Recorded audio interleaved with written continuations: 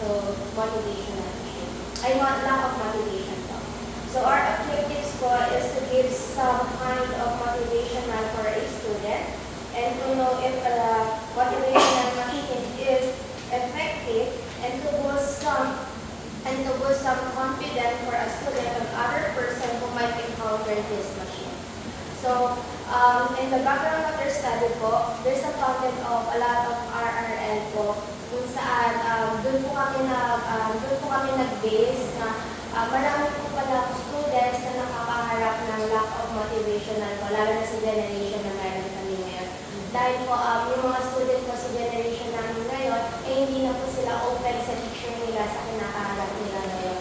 So, kaya po, isa din po yung background namin sa nag-boost sa amin na magawa yung lack of motivational machine. Dahil sabi po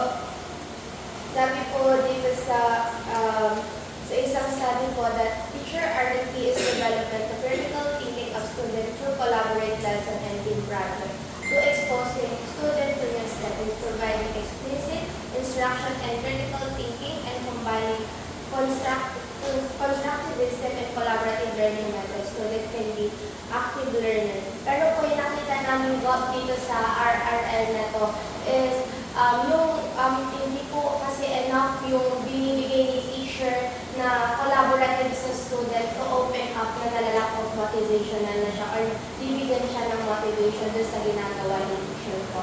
So, pinagdasahan po namin na teacher po dito is yung mga teacher sa public po. Since po yung mga teacher sa public po is makaka-encounter ng 50 students, so hindi po enough yung binibigay niyang activity or hindi po enough yung binibigay niyang collaboration para yung isang student is ma-alis po doon sa zone niya or sa sinasabi po ng generation namin ngayon na isolated zone po.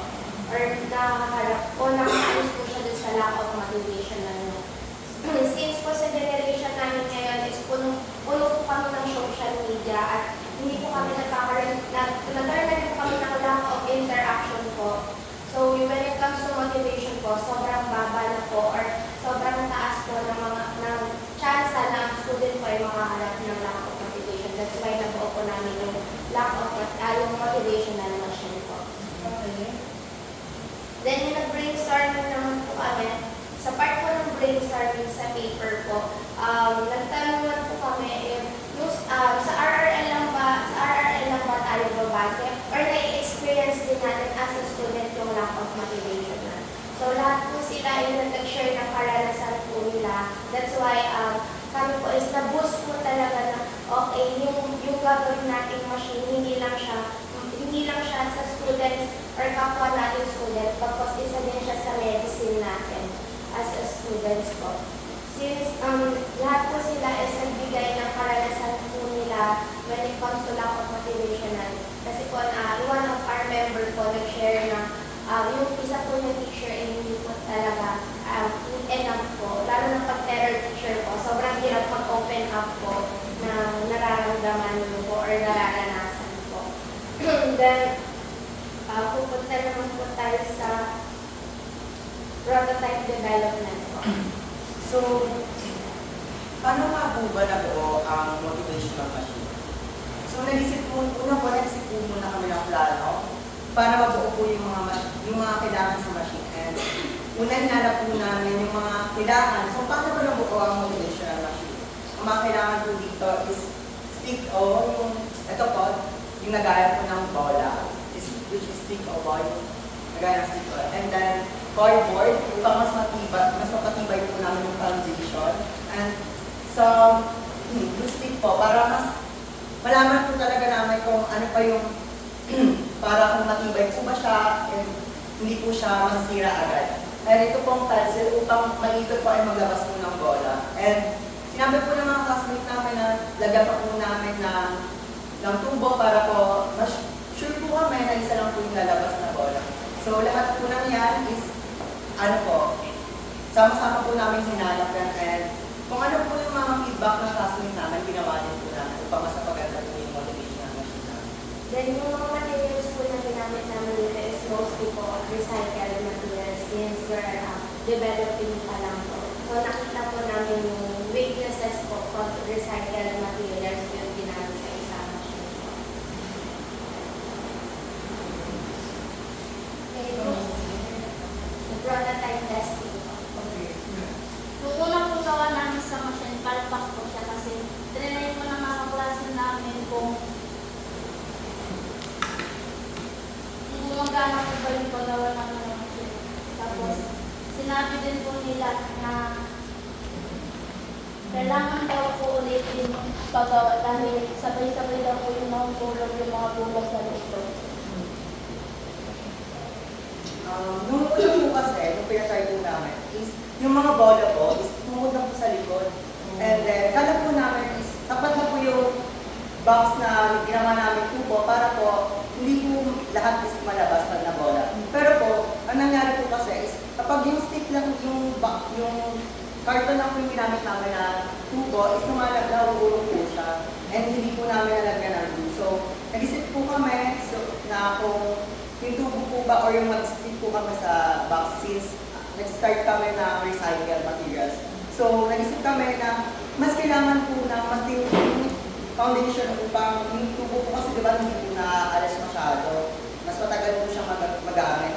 And then, nag-stick na lang po kami doon sa may sa tubo po kung ano po yung feedback ng plastic namin para po mas mapaganda siya.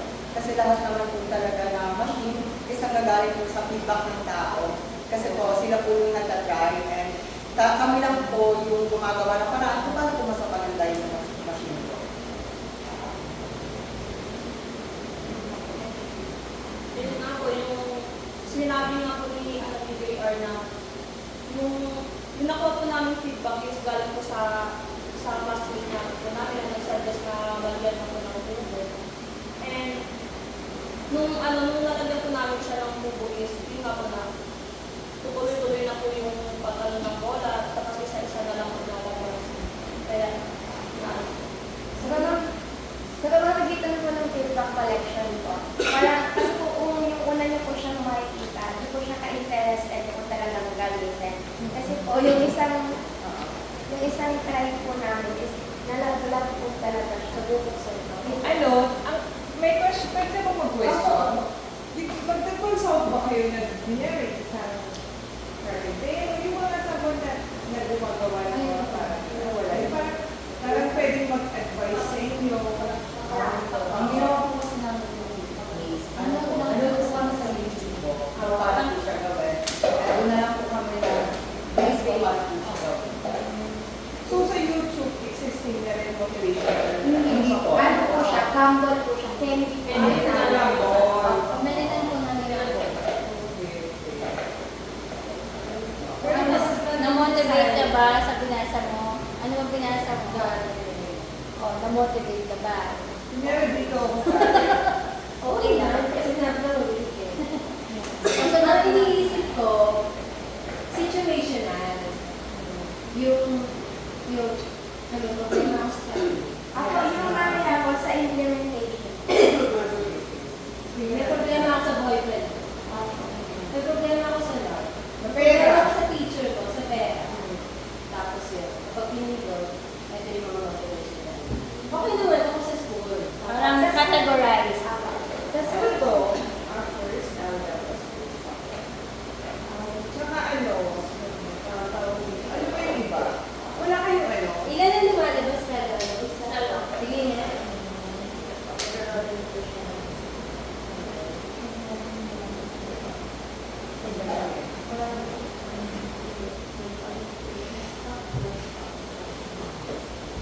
At ganun po dahil. Parang sa isa lang. Kung sobrang po siya kung sobrang po siya Magpapalagay ba kayo ng points sa mga Apo, para po namin sa nagsasabi hindi. Dito po, prototype.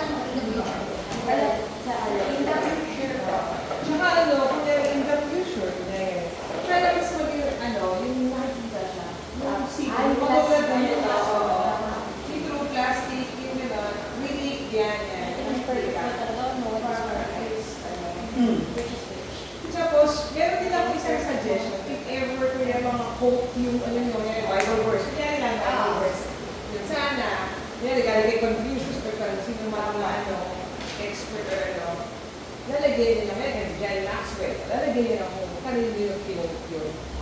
Yung na ano po, mas maganda po itang kita kung paano po naman. Oo. May isa po ako ng paraan. Yung ano po, yung water, yung nalagay ko sa water dispenser. Oo. Pwede po. Pwede. Yung kulay, yung blue. Opo. Yun. Kasi yun, yung maganda. Kasi parang makita din nila. Kasi dyan hindi, parang maano na lang. Kayo, na-motivate ba kayo? Opo, nung ginanong mo namin, kasi po, nung nagpa-consult po kami kay Miss March ng paper po, sinabi niyo po sa amin na advice na yung machine lang po namin is first aid lang po. Kumbaga, kasi po, sabi niya po na yung ano daw po sinabi, yung machine, hindi po namin siya malimitahan ng tao na ma-motivate ka. Kumbaga po, kasi po diba sa isang tao, may kanya-kanya po tayong perspective. It's either ma-motivate ka or masaktan ka sa quotes na makukuha mo since randomly po siya nakukuha ko. Kaya sabi niya po na, isang perfect daw po namin is sabihin namin is sound motivational po. To give sound, ibig sabihin daw po is first aid lang po talaga siya. Tapos po sa pag nag-implement na po namin siya, sa validation. Hindi sa validation daw. Dito po namin in-apply yung visa. And then, naging true po kami, hindi po namin parang naging bias. And in-apply po namin yung sinabi ng feedback na-improve po namin yung content. May tanong ako kasi syempre, lahat naman ng bata, nasa phone na. Opo. Okay?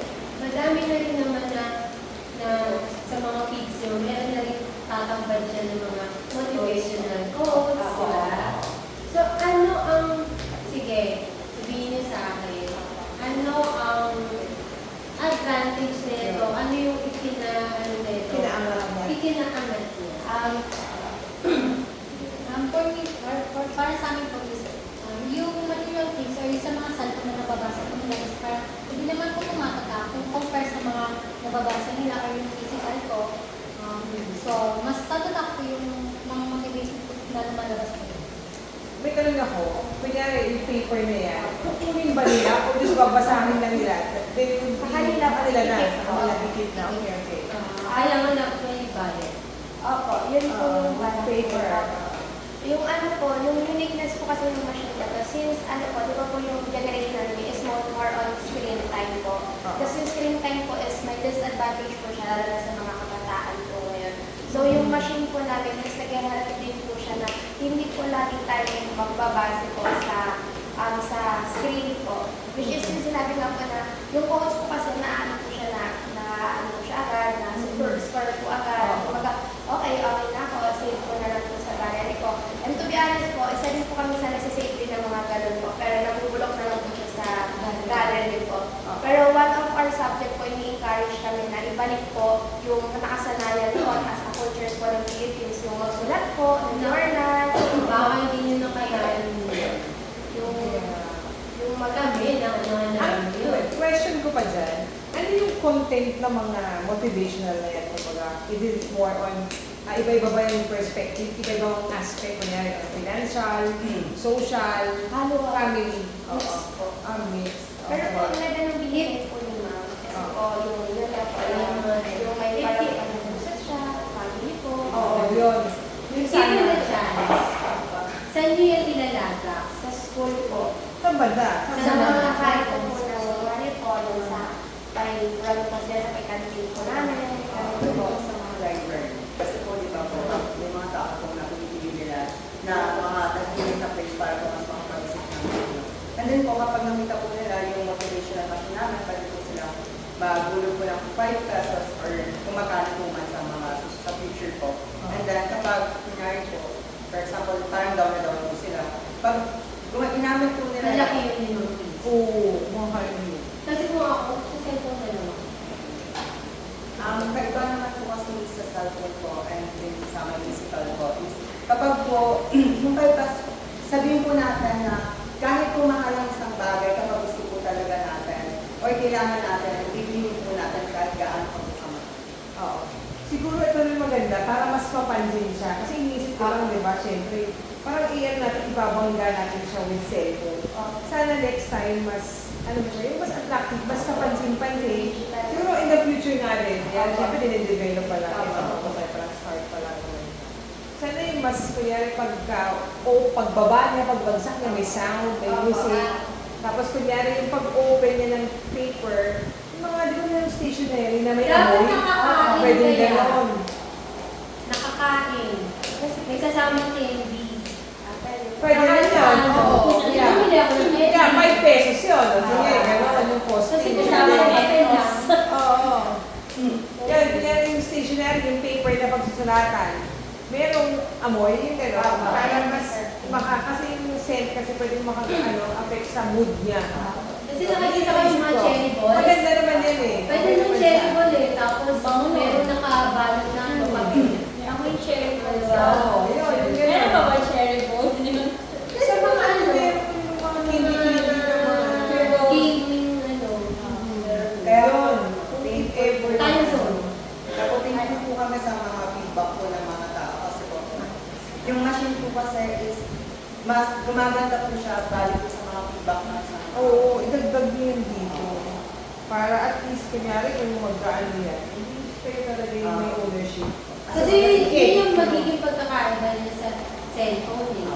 Kasi Wala siyang sense. Hindi niya tinatouch ang 5 5 senses. senses. Oo, yun So, ang naisip sa ko. cellphone, hindi.